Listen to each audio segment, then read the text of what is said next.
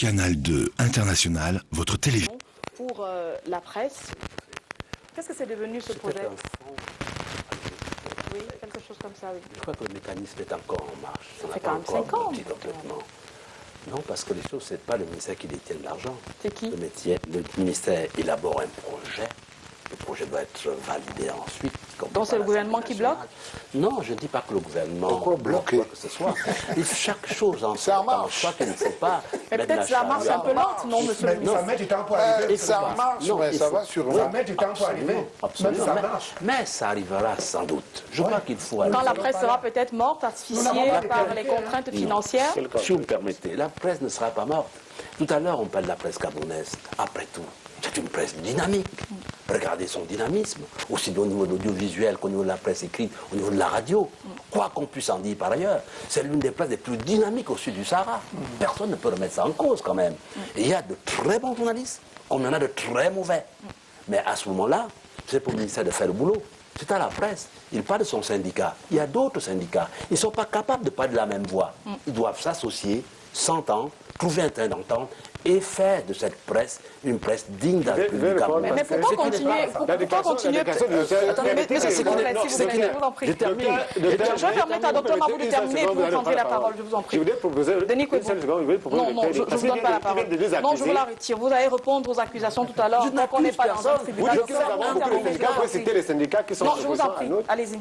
Simplement pour dire que la presse ne fait pas en son propre sein son propre ménage. D'accord. Et si elle ne le fait pas, l'État sera à un moment donné contraint de faire à sa place. Et à ce moment-là, on va accuser l'État d'avoir fait ceci ou cela. Mais je prie la presse. L'État n'a pas le droit. L'État n'a pas, sans doute. Pourquoi pas? Si ça perturbe. Merci, c'est compris. Denis Kwebo, 20 secondes aussi, et puis je passe au ministre. Le docteur Rambo vient de dire ce qu'on fait au ministère de la Communication. Et c'est ça qui nous oppose. Qu'est-ce qu'on fait? Vous êtes en train de dire, moi je sors d'un village, moi je ne suis pas né en ville.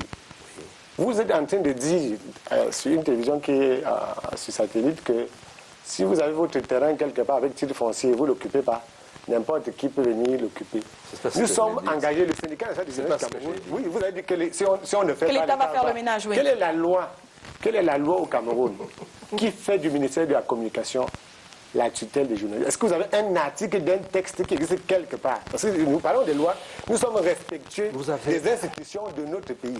Est-ce qu'il y a un seul endroit? Au Cameroun, les travailleurs de la presse, des médias privés notamment, qui sont du Code du travail, relèvent exclusivement, et là je suis en désaccord avec le ministre, à 100% du ministère du Travail et de la Sécurité sociale. Pourquoi en désaccord? Non, je dis que... Est-ce que je vous ai renié? Alors, parce que monsieur le ministre, depuis que cette presse, qui est une presse en partie superficielle, veut exister en dehors des normes, vous avez parlé tout à l'heure des normes dans le travail.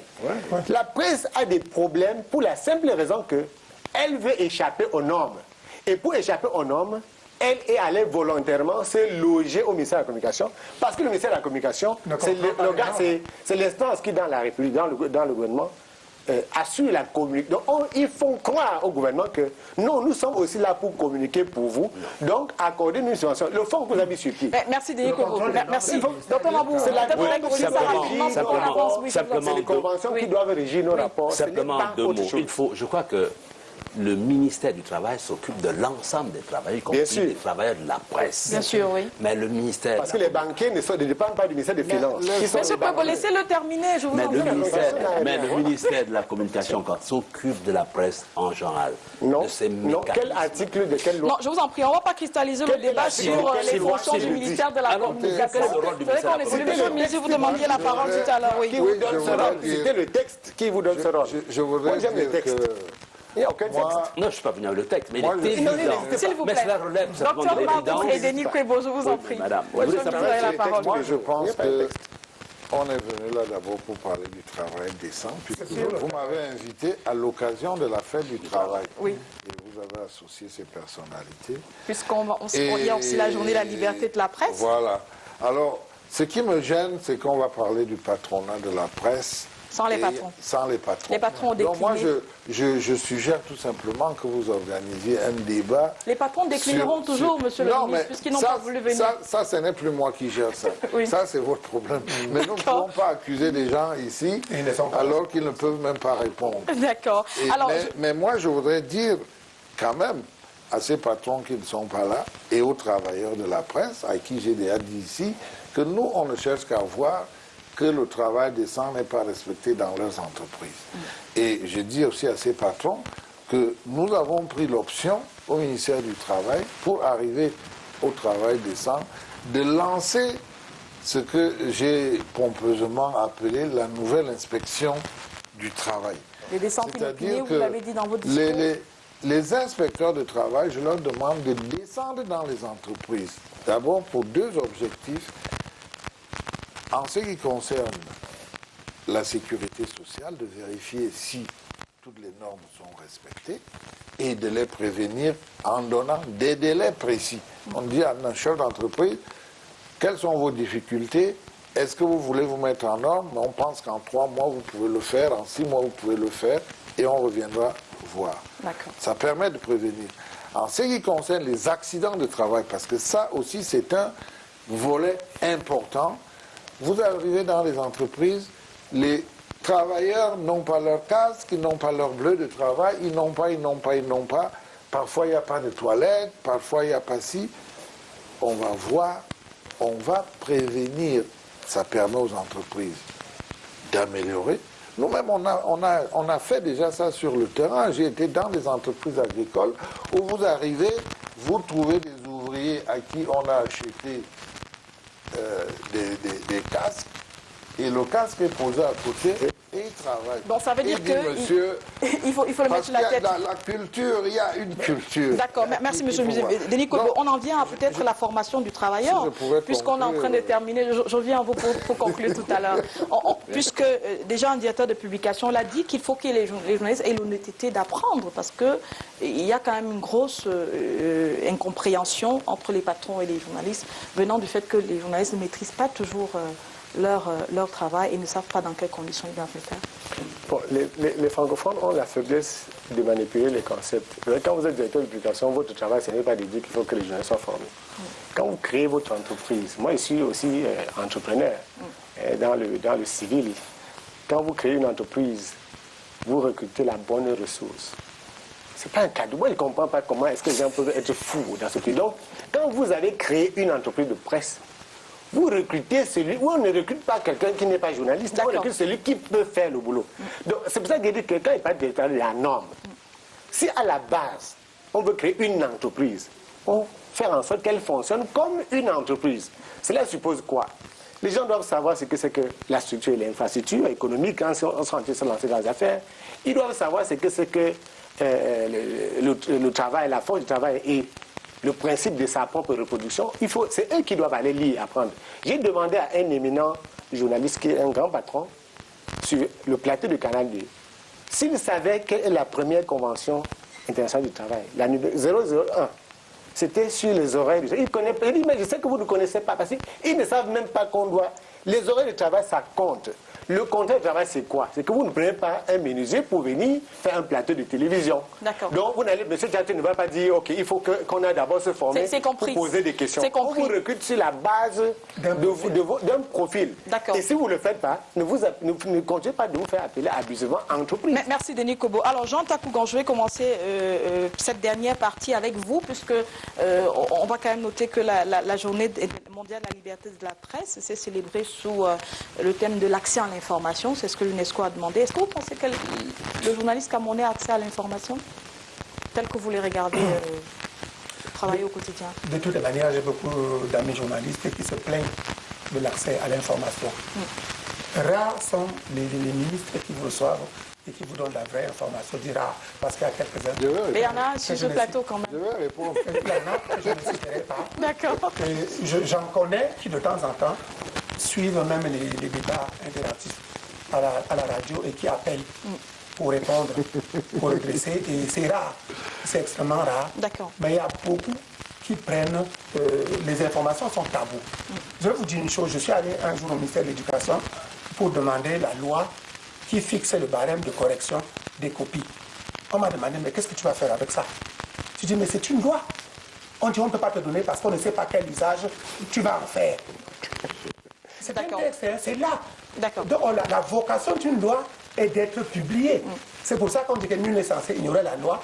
Donc tant que la loi n'est pas publiée, elle n'est pas opposable.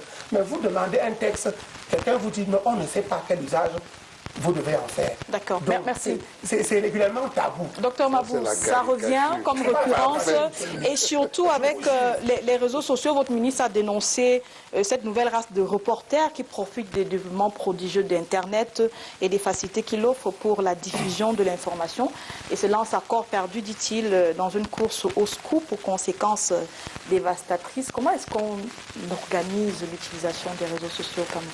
Est-ce qu'on peut organiser l'utilisation des réseaux sociaux? Qu'est-ce qu'il Je faut crois faire? que c'est un accès libre à tout le monde. Et justement, c'est l'accès à tous les excès.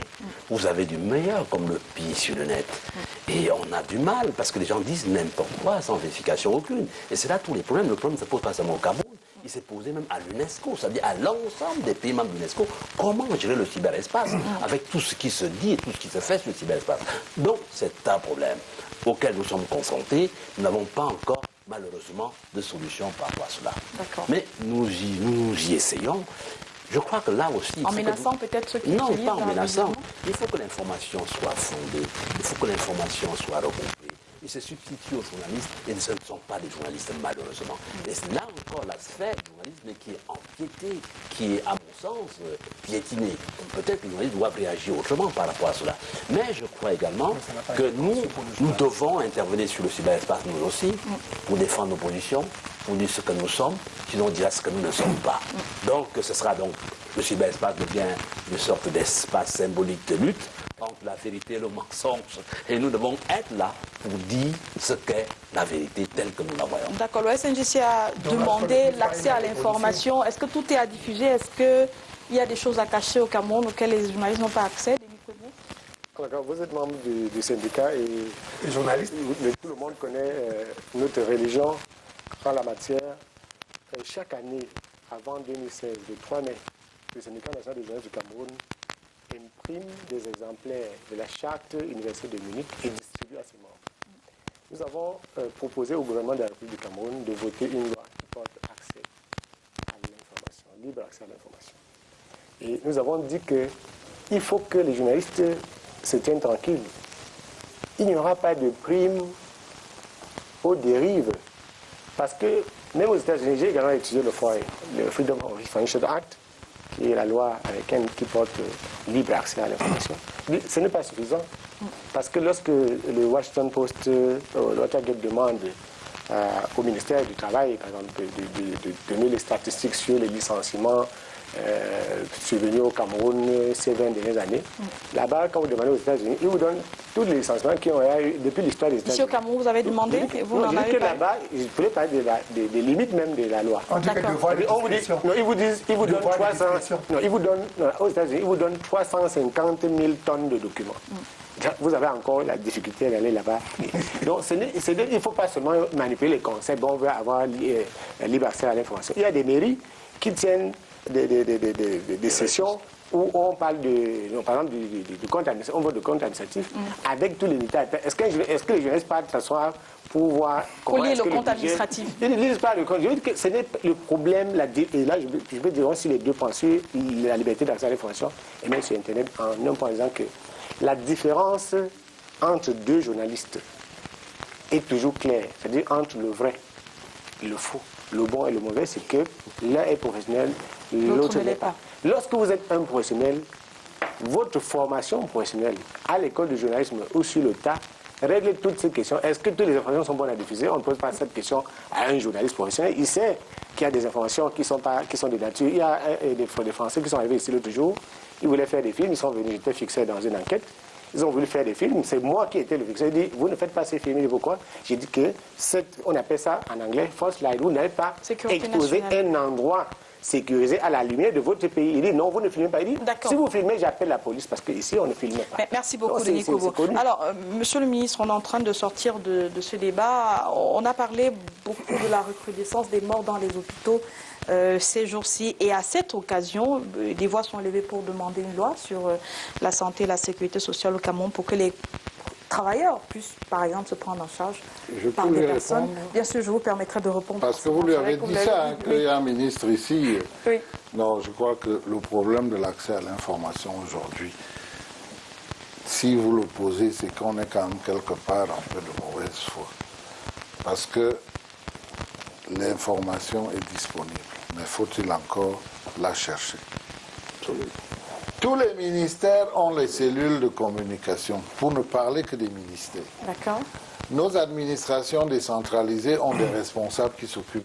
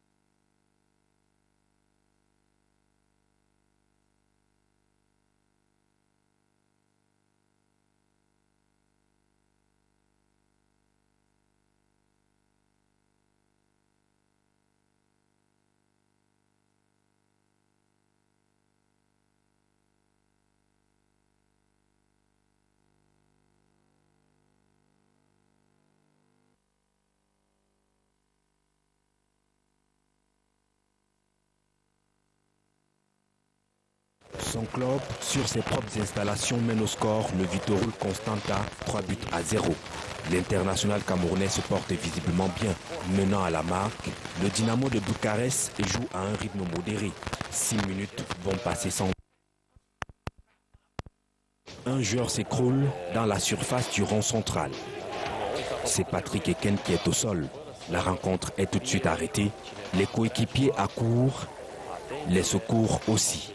Le jeune lion est visiblement en agonie. L'équipe médicale tente de le réanimer. 2 minutes après, Patrick Eken sort de la pelouse à bord d'une ambulance. Le stade est sous le choc. Le numéro 14 qui vient de faire son entrée a définitivement raccroché ses godasses. Atmosphère lourde ce 7 mai 2016 sous le ciel d'Ongousso à Yaoundé, quartier qui abrite le domicile de la famille Eken. Le logis porte le deuil. La maisonnée observe le silence entonné par la mère du défunt qui a pris place sur la véranda face à l'unique accès qui mène au domicile, comme pour attendre son fils qu'elle espère encore revoir de sitôt.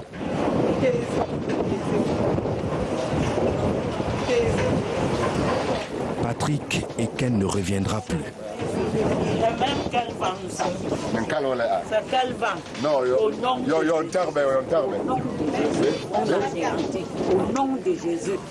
La nature elle-même s'est faite messagère de la triste nouvelle.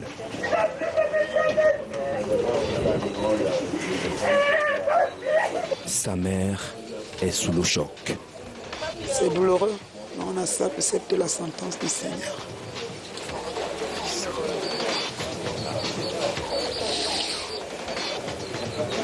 Je pense que Patrick n'était pas comme tous les autres. Quatrième dans une fratrie de 6 enfants, Patrick Eken était un être exceptionnel aux yeux de son entourage. Je garde le souvenir de quelqu'un de bien, sociable, très gentil, généreux. J'étais très fière de lui, très fière de lui. Derrière lui, on m'appelait la sœur du pro. Derrière lui, il était notre sujet de joie. J'ai vu cet enfant naître, il marchait avec mon fils, très intime, il venait à la maison. Et avant-hier, on a parlé d'ailleurs sur Facebook. Il me disait qu'après ce match, il serait en train de repartir en France pour passer quelques temps. À 26 ans, le destin de Patou, comme on l'appelait affectueusement ici, bascule brutalement. Pour son projet, sa famille en mélancolie, sa fille qui a à peine 2 ans et son épouse, tout s'est arrêté. Né le 26 mars 1990 à Yaoundé, Patrick Eken a fait ses débuts en 2008 dans le canon sportif de Yaoundé. Patrick Eken arrive à cette période en 2008 lorsque le coach Atangana est là. Et déjà il est déniché parce que faisant partie de l'effectif de ceux qui évoluaient au compte du lycée de Nkondongo avec M. Abolo, Sema Bolo Georges comme encadreur de cette équipe-là. Bon, M. Atangana vient un jour regarder, il dit mais ça c'est un enfant qui a du talent, donc voilà comment est-ce qu'il arrive ici.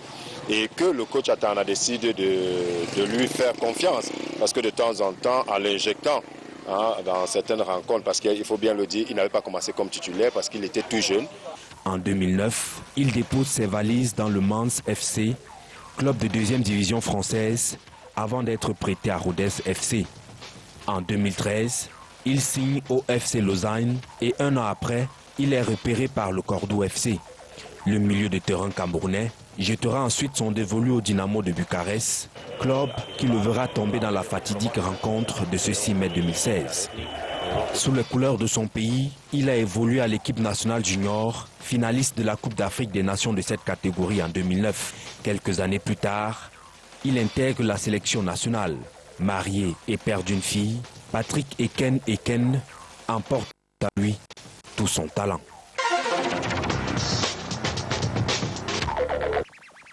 En tout début de cette émission, Monsieur le ministre, vous avez déjà adressé vos condoléances à la famille. On ne va pas revenir sur ce cas. On termine avec vous. Commençons par Dr Mabou. Alors, on sort de cette célébration, journée de la liberté de la presse et puis du travail. Qu'est-ce que vous retenez finalement? C'est que le secteur de la presse ou les travailleurs de la presse se porte bien ou bien qu'est-ce qu'il y a à faire pour changer cela? Globalement, la presse se porte bien au Cameroun. Je dis bien globalement. D'accord. Mais il y a des secteurs dans lesquels il faut encore travailler. Il y a une infra-presse, si vous permettez l'expression, qui pose problème. D'accord. À travers le chantage, à travers la corruption, à travers le... Je ne sais pas, tous les maux de la presse, cette infra-presse. Et comment juguler tout ça? Je crois que le ministère essaye de mettre sur pied véritablement une carte de presse qui va faire le tri entre ceux qui sont véritablement journalistes et ceux qui ne le sont pas. Et pour obtenir cette carte de presse, il faudra montrer son affiliation à la CNPS. Donc là également, ça va régler on règle ce problème-là. D'accord, merci à vous. Denis Kwebo, le syndicat retient quoi? La liberté de la presse, l'accès à l'information et puis le travail décent. Finalement, on sort d'ici avec quoi? Nous sommes un syndicat de travailleurs et médias, c'est-à-dire que notre travail, c'est de contribuer et veiller au respect des intérêts sociaux professionnels des travailleurs. Les autres notions accessoires ne sont pas centrales au travail que nous faisons. Nous disons que la priorité pour nous, c'est de jeter les bases saines de l'existence des entreprises de presse. D'accord. Les bases saines, c'est quoi? C'est que toutes les parties prenantes, l'État, les employeurs des médias, les travailleurs des médias, reviennent ensemble dans un cadre concerté pour se soumettre chacun au respect des conventions qui régissent le monde du travail. Le reste, on va faire. Il faut aussi dire que tout est rapport de force dans la vie et le syndicat national des journalistes du Cameroun compte ses membres. Nous avons, il faut dire un grand merci à M. Emmanuel Tchatchou qui est le seul patron de presse aujourd'hui avoir contribué à hauteur de 4 millions de francs CFA au travail que nous faisons. Et ça fait partie des prérogatives des chefs d'entreprise d'aider les syndicats de leur secteur d'activité à se développer. Parce que lorsque vous avez un syndicat fort dans un secteur d'activité comme le nôtre, si à côté il y avait un syndicat de patrons, l'État aurait des interlocuteurs valables. Dans un cadre concerté, on pourrait discuter de toutes questions. Mais quand les gens sont éparpillés entre les journalistes qui parlent arabe, ceux qui parlent anglais, ceux qui parlent français, les journalistes qui sont de telle région, c'est pas ça la construction d'une corporation forte. Merci beaucoup, Denis Kwebo. Monsieur le ministre, on a beaucoup entendu parler du travail décent. Vous avez dit que les concertations vont se poursuivre tout le long de l'année sur ce thème. Comment cela va se décliner? Ça va se décliner par diverses concertations, diverses conférences, diverses rencontres entre les employeurs et les travailleurs à travers leurs syndicats. Mais il est important, à mon humble avis, qu'on y travaille, parce que c'est cela l'avenir et c'est pour l'avantage, l'intérêt du pays, c'est pour l'intérêt des entreprises et des organisations de travailleurs. Et je dois dire que dans une échelle comme celle que je disais entre 1 et 10, vous avez déjà des entreprises comme la CNPS qui sont autour de 8-9, ou la CRTV, ou la BEAC, ou Camrail. J'espère qu'après tout ce qu'on a dit ici, vous pouvez répondre à la question. Je ne suis pas venu vous poser des questions. Vous pouvez répondre à la question si Canal 2... Si on a du travail décent à Canal 2, c'est vous qui devez nous dire. Moi, je peux vous dire que quand on viendra enquêter à Canal 2, on répondra à cette question. Donc moi, je pense qu'il faut que les Camerounais comprennent que les employeurs ont leur responsabilité, il faut qu'ils l'assument. Les travailleurs aussi ont la leur, il faut qu'ils l'assument pleinement. Parce qu'on doit y arriver pour l'intérêt de notre pays. Jean Takougan, vous avez décidé de terminer par le deuxième sujet que nous n'allons malheureusement pas aborder, faute de temps, sur les relations Cameroun-Nigeria avec le président Paul Biya qui était à Abuja cette semaine, 48 heures de visite avec quoi que vous retenez comme au finish de cette visite? C'est que d'habitude, on lui reproche de ne pas rendre visite à ses voisins. Avec tout ce que nous subissons de Boko Haram, je suis quand même très content qu'il ait décidé d'aller au Nigeria. Et je crois que là-bas, ils n'ont pas seulement parlé de Boko Haram. Je crois que là-bas, Buhari lui a montré que bien que le Nigeria soit l'épicentre de Boko Haram, les autres partis politiques déploient leurs activités sur le terrain sans être poursuivis par la police. J'espère que là-bas, on lui a aussi montré qu'on peut parler l'alternance dans un tel pays sans aller en prison. Et j'ai même vu comment le président Buhari lui montrait des photos des présidents qui sont passés avant précédé. lui. Donc, il faudrait, je crois qu'il a enfin compris que l'alternance n'est pas un sujet tabou et qu'on peut laisser tous les partis se déployer sur le terrain. J'imagine qu'il y aura une réaction sur ce plateau. Excusez-moi de réagir en disant qu'il n'a jamais pensé ça un seul instant, que l'alternance est un sujet tabou. Et que l'alternance peut se faire aussi à l'intérieur des formations politiques. Merci, monsieur. Merci à vous. Merci à vous, s'il vous plaît. On ne va pas repartir sur un autre débat, s'il vous plaît. La norme, c'est 35 ans. C'est bon. Alors, les rendez-vous de Canal 2 International, ce soir après le journal de 20h, Charlie Gabriel Mbok descend dans l'arène. C'est le porte-parole de l'UPC qui sera face à 2 gladiateurs sous l'abritage de Rodrigue Tongué. Ne ratez donc pas le duel qui est devenu une rubrique où presque tous les coups, dont le coup fatal, sont très attendus. Et bien sûr, la semaine prochaine, j'aurai le même plaisir à vous retrouver avec d'autres invités. Merci, monsieur le ministre. Merci, docteur Mabou, Jean Tatoulan, Denis Thébault, d'avoir fait le déplacement pour ce plateau. À la semaine prochaine et merci de rester sur Canal 2 International. Au revoir.